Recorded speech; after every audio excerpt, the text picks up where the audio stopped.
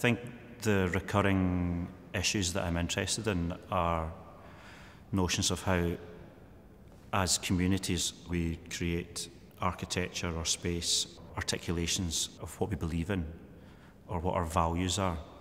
Things as basic as what your house looks like. How does that articulate who you think you are or what you want to be or where you're from?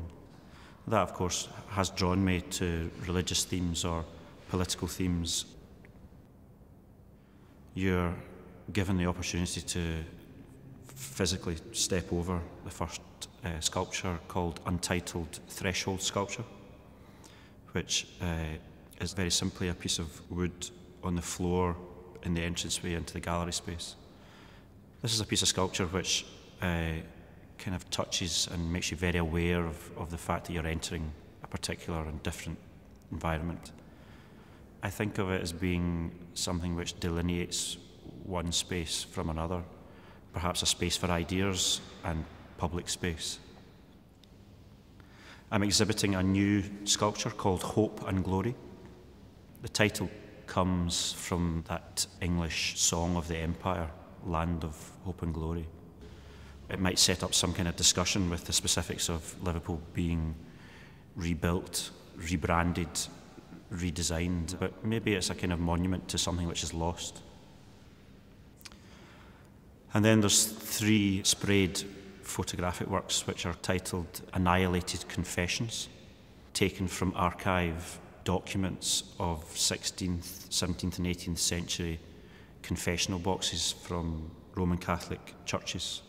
And then an act of, we might say, censorship or muting has happened, where I've spray painted across the majority of the image so that you can no longer see the box, which is the content of the shot.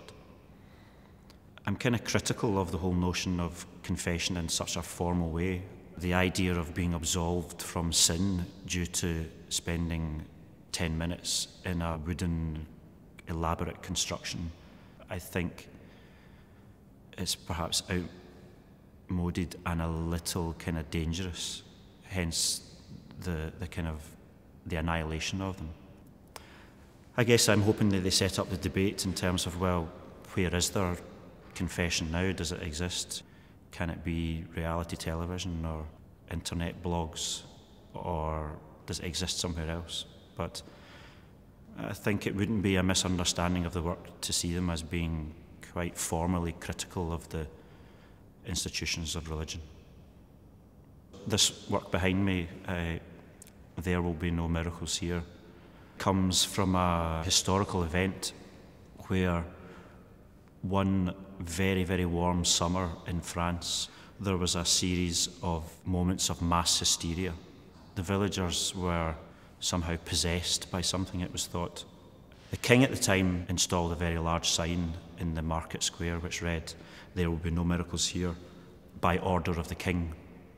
I heard this kind of anecdote and thought, well, it's fascinating in itself that the king of the day was proclaiming the existence of God, but was stating that during this summer he was more superior than God, which that's a kind of nice historical idea.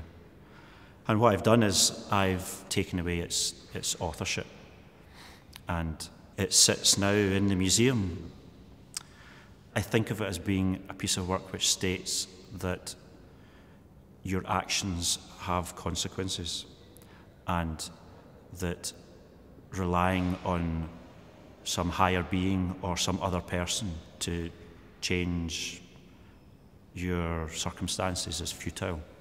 So, although it actually says that nothing will happen, I think it's wholly optimistic and has value for the kind of moral uncertainty which we find ourselves in.